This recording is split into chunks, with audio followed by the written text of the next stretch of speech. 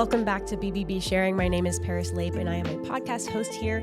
Today, I have Kelly Colthorpe, owner of Happy Tailz, here with me. She has been the owner for 8 years. She is a behavioralist and trainer. Thank you so much for being here, Kelly. Thank you for having me. Yeah, so Happy Tailz. Tell us a little bit about your business. Yes, so Happy Tailz has been around for 8 years now. I've been training for 14. I do house visits. Really, it's anything from potty training all the way to off-leash training and everything in between. As a behaviorist, I do specialize in skittish, abused dogs, giant breeds, but as well as fear reactive. That's probably one of the main things I've been focusing on recently. Tell us a little bit more about what positive reinforcement looks like. That's a great question. Positive reinforcement entails no force intimidation, no electric collars, no prong collars. At the end of the day, it's giving the dogs the right tools and showing them what they need to do. So there's leadership roles, and it entails mostly muscle memory, just like how you ride a bike. There's steps to it, right? Mm-hmm. Mm-hmm. So that's repetition and consistency. Yep, making sure you have the right breed that fits your personality. Make sure you exercise. That's crucial. And socializing. Socializing so important. How early would you say it's important to socialize your pet? Right off the bat. You don't throw them in the lion's den, but you do work your way up. You know, I start as young as 8 weeks, nothing less, because, you know, nothing should be less than 8 weeks old anyways, breeders. I can't say that. Was that bad? No, it's fine. So I start as young as 8 weeks, training, but also socializing. You do have that year for most breeds. It's not true that you cannot teach all dogs new tricks, but they get more set in their ways. So that 1 year for socializing is crucial. Yeah. Anything and everything. You want to be a hiker, go hike. You want a dog to get used to the car, you better get them in the car before they're 90 pounds, and then they won't get in the car. That would be hard, like trying to lift a 90-pound dog. St. Bernard. It's way over 100 pounds. If they don't want to do it, good luck getting them in there. I worked at an animal hospital for a little bit, and one of the funniest things when every dog comes in does the least scary thing, and that's get on the scale. Mm-hmm. And trying to get like a 90-pound golden retriever onto a scale is not easy. Which is a good point, because actually a lot of that is the texture of the scale. It's slippery. Yes, so they're not used to it versus carpet. So that's why it's so important, you know, to get out and blenders, noises, squirrels, textures on the floor. Of course, kids, other dogs, cats. Yeah.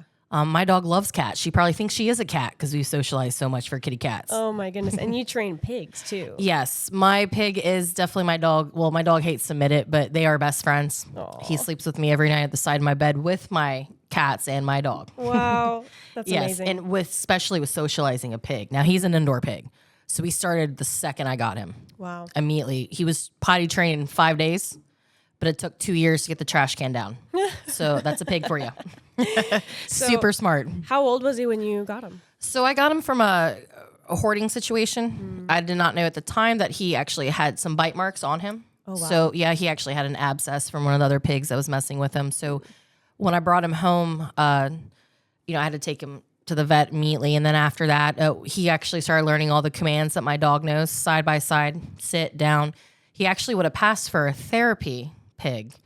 But I dropped the ball on not socializing with the car. Oh, no. Which is crucial. So when you have a 200-pound plus pig that does not want to get in the car, well, so that was the one thing I messed up on. I socialized him with everything, all my other animals, of course, people.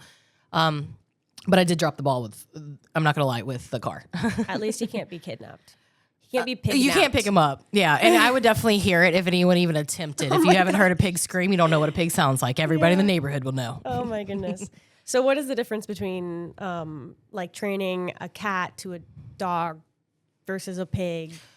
So really, at the end of the day, the reason why positive reinforcement works is because it is muscle memory. Mm-hmm. Once they do it once, their muscles remember it, and they'll do it faster and faster. That with the leadership roles, aka dog language, is how you get that automatic response, just like how you drive a car.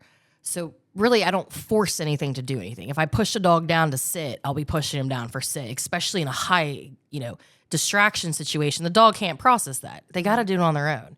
So it's actually just like you would with the dog. You just line up their muscles, whether it's a cat, pig. Now, granted, pigs can't see very well, so I did have to figure out how close I had to be to the pig for it to see. But But no, it's literally just like a dog. You just line up their muscles. I can't push a dog sit. Simple as that. Put the treat to their nose, guide it back towards their booty. And they hit the floor, and then each time it'll be faster. Wow. So just like, cats, same way. Granted, a cat is a little more independent. My kitty cats are like dogs. So you do have to get in the head of a cat, just like you have to get the head of a pig. Yeah.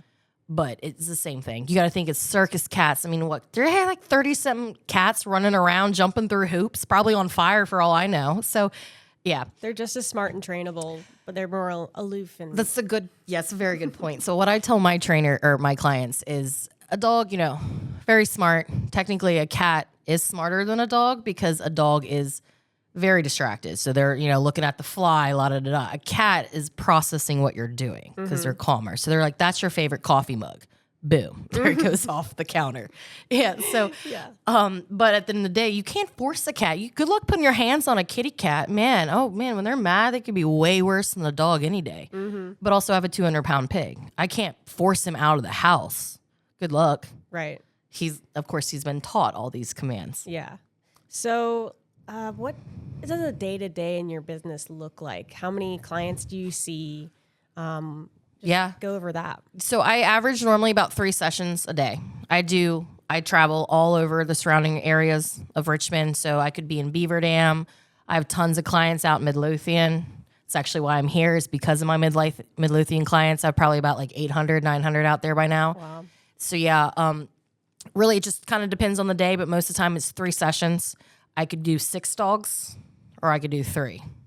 Now, my limit is normally 3 sessions because after 4, I'm like, what's a dog? After I've been driving around all the time. Yeah. I enjoy my job a lot, but, that is a whole hour dedicated to what's going on in that family. So, so for the most part, I could easily deal with a pup that just needs to learn not to mouth, potty training. Or I could go all the way to fear reactivity and I might get bit when I come in that door. We'll see what happens kind of thing. Yeah. So let's go into the risks of that a little bit. What does that entail if you were to get bit or how do you prepare for something like that? You just aren't scared, to be honest. I've gotten that question a lot. They're like, well, aren't you worried about being bit? Yeah, that is something that's in the equation, but I can't be thinking of that. If I think of that, it's more likely going to happen. Dogs will smell it on you. But also my clients are moral. They have, they go with the positive reinforcement. So most of these dogs are just scared. They just need a confidence booster. We do not coddle them. We give them the confidence and the tools to understand that you're okay. All my clients laugh when I say this, but you're not going to die. And that literally in a dog, I deal with dogs that have PTSD. Yeah. And people as well. And vice versa is all about that energy. So luckily, I'm already talking to them on the phone. I do the right steps. So most of the time, knock on wood, that is not going to happen. But yes, there are tons of days, certainly weeks where I'm like, this might happen. But at the end of the day, if a dog is scared, I can fix that. The dog's just scared because they buck up more than an aggressive dog. Now, an aggressive dog, there's no questions asked. They're going to go bite that person or that dog. Fear reactive, I can fix that. That's why that socializing is so important. You have a year. And after that, it is what it is. That doesn't mean you can't make them well-mannered, but you can't normally trust them and just leave them hanging and go around the corner and think everything might be okay. And that all breeds. It doesn't matter if it's a little tiny dog or a giant dog. That's so important. So when it comes to training, how much of it is like, okay, I'm going to take this dog and do this work with him. At what point do you hand them off to the owner and you say, do you work with the owner? Do you... what does that look like? Absolutely. So it comes down to the owner. You want a good dog, you'll have a good dog. So I will always teach the dog. Normally we go over 2 or 3 commands at a time each session. And then once I teach the dog, I immediately have my client do it because it's a muscle memory for them, just like it is for me and the dog. So I want to make sure that everyone's on the same page. The dogs already know it. But also, you give a dog an inch, she'll take a mile in certain situations. So it's important that the client has that muscle memory down too, because it really is between them. I bring everyone in the middle. So the dog knows what you want, because most dogs are just in law land. Now, granted, some of them look at you like, why? That's where I come in. However, most people aren't thinking like a dog. That's definitely where I come in. So I bring everyone in the middle. So the dog knows what you want, but you understand what's going on in their mind. You're the translator. Absolutely. I can actually, sometimes I'm a therapist. So, I mean, I get dogs. I'm like, guys, there's a fly that just went by. They can't hear you. I had a puppy the other day that couldn't even sit because he kept seeing his shadow. I had to rotate him so he wouldn't watch his tail keep wagging. So that's a puppy. How often are your owners like scared of their own dogs? Does that ever happen? Unfortunately, there are some situations where people have seen some situations. The new thing is reactive dogs off a leash that should not be off a leash. Not my clients. I've actually had a handful of dogs recently that have gotten attacked. Wow. We won't even get into those details. So it's more so they kind of have anxiety because of what they've seen. And then the dog has anxiety because of that. Yeah. Most of the time, it's a good question. I guess sometimes they're scared, but for the most part, I'm dealing with dogs that are just scared. So most clients understand that they're not pushing them. But there are some that like I said, I'm kind of like a therapist, and I'm like, well, this is what's going on in their mind. Trust me, if they wanted to do it, they would be doing it. This is the worst situation you're in. But that's a good point, is I'm actually bringing my clients' confidence up too, because it's the energy. Right. If you're nervous, the dog's nervous.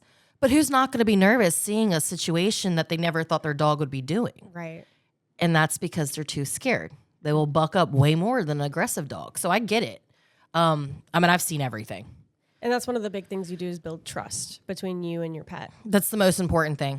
So I just had a man earlier that I just talked to. He goes, well, when do you want to start? I was like, okay, well, I start nothing less than 8 weeks old, because it is illegal. Everything should be 8 weeks plus. I always recommend a week for them to settle in with the pup. Yeah. So the dog, start showing you their true colors. I need them naughty. I don't need them exhausted and on their best behavior. Granted, some of them, it's like the teacher, they will be on their best behavior when I walk in. But so normally after that, we hit the ball and we just start running. So yeah, I mean, within 3 sessions, the dogs do know every command: sit, look, stay, come, leave it, off, really everything except a good old heel, because that's more advanced. I'm a tyrant. I like about 10 to 12 commands in a row at that point for a treat. Well, great. You're not done with it. That's your basics. Now we got to work on impulse, because that's what a lot of people stop at. They teach them the basics, but they don't start on the next step, which is impulse control. Go into that a little bit more. What does that look like? Giving them the tools to understand to control themselves. So I give them that. So a good old stay, for instance, I got a wiggle butt. We teach them focus commands, but I like it when a dog flinches and then they correct themselves on their own. I don't want to have to always tell you what to do. I want you to put it together. Right. And then it becomes a muscle memory. And then they're more likely to do it again with higher distractions. Yeah. But, these dogs that are so-called fear aggressive, they've been thrown out the car window situation. People have been picked up on the side of the road, or they've been put in the pound and they're terrified. It's not like they're trying to be. People have neglected their socializing or have done certain things that I'm not even going to get into that has scared the bejesus out of the dog. Just remind everyone, they have high pain tolerance. They can't feel it when you're hitting them. What is the difference between a behaviorist and a trainer? So trainers are going to, be in that category where they can help you with potty training, the basic commands, of course, some impulse control, agility, service training. However, a behaviorist is going to be the one that you need when you have a dog that has high anxiety, separation anxiety, has PTSD. I deal with dogs, unfortunately, have been tied to trees for years, like these hunting dogs, and they come inside and they don't even know what slick floor is. That's when you need a different category. So, and that's really focusing on the root problem, which is anxiety, and getting to the anatomy of the dog, but also giving them that confidence, not coddling, that confidence of understanding when you're with us, you're good. Now, to be honest, I don't want a dog just run up to everyone and anyone. I need a dog that's going to check with me first, understand their surroundings are safe before they just go up to that situation. So as a behaviorist, I'm thinking A all the way to Z, what's going to be coming. So we nip it in the booty before it even starts. So yes, separation anxiety has actually been one of the main things I've been working on ever since COVID. It was huge for a long time. I'm the queen of spite, queen of separation anxiety. Unfortunately, my own dog was thrown out the car window as a puppy. Aww. Yeah, so pretty bad abandonment issues. They all go through fear stages too. So some people during the socializing are missing these fear stages where it's so important to get out there. Don't go to a dog park. That's not what I'm saying. you get them exposed to certain things. Blenders, of course, you work your way up to a lawnmower. You don't wait until they're 10 months old and all of a sudden you take them out and it's springtime and lawnmowers are everywhere and they're traumas. Yeah. Yeah, you got to work your way up to it. Right. So we've learned a lot about your day-to-day, which is really great for anybody who's looking to look into your business and hire you. But I'd like to go into your background a little bit more for anybody who might be interested in entering this field. How did you get started? What made you go, I want to, be a trainer and behavioralist? Yeah, so I started liking animals when I was 3. It was a clear passion of mine. I was a kid bringing home spiders. Oh my goodness. To my mom. And she's like, how about you go play with the doll? And I'm here rolling around the mud. So, I just been in my blood to always love animals. You name it, I love it. So when I went to right before college, my junior year in high school, I decided to go wildlife biology instead of marine biology. So then after I graduated from Radford with a wildlife biology degree, I worked at Petco while I was looking for zookeeping jobs. And I just kind of fell into the dog training. They're like, hey, Kel, we need a dog trainer. I think you'd be good at it. Let's see. So I actually ended up being trained for 5 months. And I got really lucky with a mentor that had already been doing some animal behavior college training. She'd been training for 25 years. Wow. With my major, working with wild animals. Yes, I've worked with gray wolves, foxes, all that jazz. It just clicked. I just was I was good at it. I enjoyed it. And I think that's really big is at the end of the day, dogs feel your energy. Mm-hmm. So then it is what it is. I'm having fun. I don't get frustrated. So it did come natural. But we did not know I was going to be that good at it. So let's see, 7 years later, been training almost 1,000 dogs at this point. And I had 2 ladies that started talking about me on Nextdoor app in Midlothian. And it just started my business. People have been telling me for years to doing it. And I tried the whole zookeeping route and vet field. I'm horrible at a vet tech. I mean, I did labs for years in college, but oh my God, I'm bawling my eyes out when, there's dog. I can't. I'm not going to be immune to it. I don't want to be around it. I wasn't good at it. I love animals so much that I can't see some of the things that they're dealing with. If I can't be in there and fix it, I don't want to know, if that makes sense. Especially with dealing with dogs passing, having That's exactly what I'm talking about. I'm bawling more than the owners. And I'm like, I'm making this worse for the dog. Yeah. So just not a good situation for me. So I even moved to Florida to try to zookeep and that didn't work out. And I moved back and everyone got word that I got back to Virginia and Happy Tailz started. Wow. Yeah. So I've been going ever since. COVID definitely happened right after. Mm-hmm. So that was a good time to really kind of prove my worth. So I'm lucky. I'm very blessed to have my clients that support me. I would not be here if it was not for my clients. I will always say that. And those 2 ladies, they know who they are. Mm. They started my whole business. And that's why I always will go to Midlothian in Chesterfield. Always. So a lot of your business is word of mouth. All of it. And, what we're doing right now on the podcast is helping that word of mouth as well and getting to know you. And just promoting positive reinforcement training. I tell people that all the time, whether someone uses me or not, it's about using the right tools, the right stuff. So that's the most important thing. And of course, go rescue. Please go rescue. These rescue groups, that's something we can talk about in a little bit, are just drowning. All my animals have been from the pound, Henrico County Pound, actually. I can't even tell you how many I have. Wow. Or off the side of the road. And they're the best. They appreciate their second chance. There's so many good animals that need good homes. So I know that a lot of the animals in Richmond are like bully breeds. Mm-hmm. And there's a big stigma around bully breeds and how they'd be aggressive and not good with kids. But I've seen so many good little pitties and dogs that, just get looked over because of that. What do you have to say about that? You're totally right. Anytime. So I keep my eyes out. I want to know good, bad, groomer, vet. I want to know what's going on in the shelters. I take donations monthly to pounds. I talk to the animal control officers. I want to know what's going on. I want to help. Yeah. And I've been in there multiple times and I've only seen 1 dog, maybe 2 that I did not recommend. And that was because they're terrified.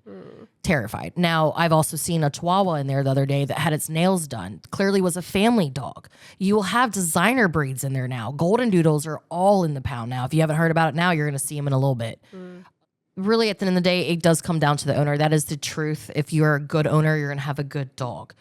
like I said, that socializing is true. You do need to socialize. Now, unfortunately, Michael Vick messed everything up. These so-called pit bulls, by the way, a pit bull could be any bully breed. Could be a Frenchie, could be an English boxer.